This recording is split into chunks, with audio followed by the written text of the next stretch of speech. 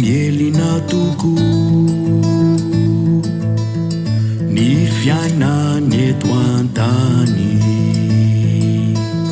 mpivahiny avoko pereo efa nody mandry lasany alo lalana izy ireo no efa miandry any ampitsarana mpivahiny sikety tsy misy haharitra otory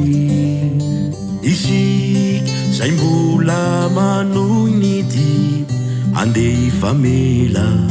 ifankaty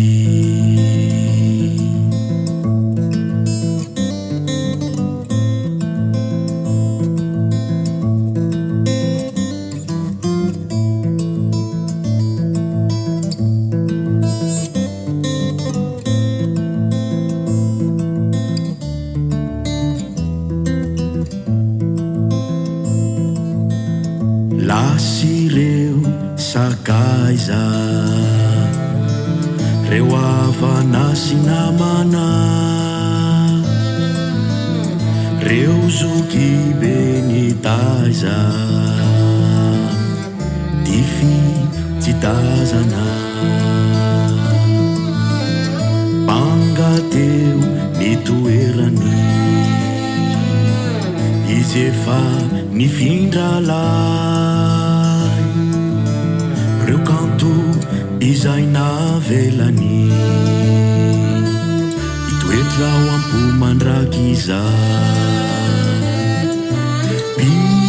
mpivahiny sikety tsy misy haharitra otory isik zay mbola manognity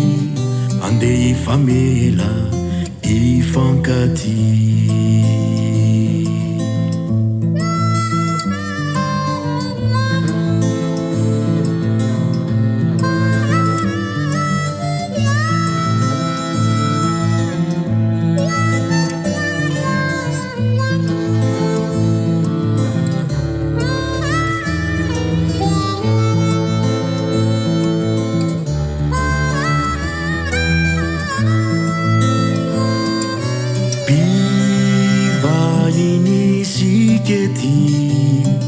tsy misy haharitra otory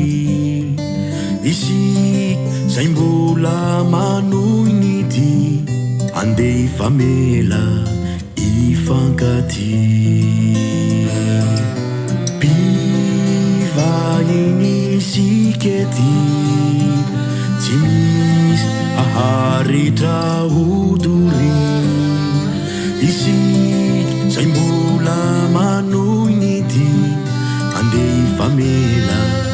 ifankaty andeha ifamela ifankaty